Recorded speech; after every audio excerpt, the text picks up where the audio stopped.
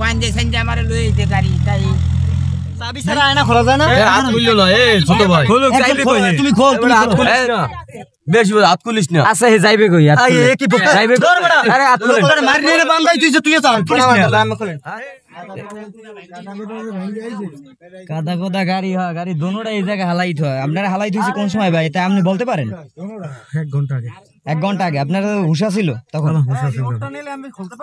ভাই ওই রিমোটটাতে খোলে না, ওইটা হরেনের রিমোট। ওটা হরেনের রিমোট বলে। দুপুরের দিকে একটি ফোন আসে যে পায়রাকুঞ্জে এক ব্যক্তিকে হাত পা বাঁধা অবস্থায় একটা গাড়ির ভিতরে আটক অবস্থায় আছে।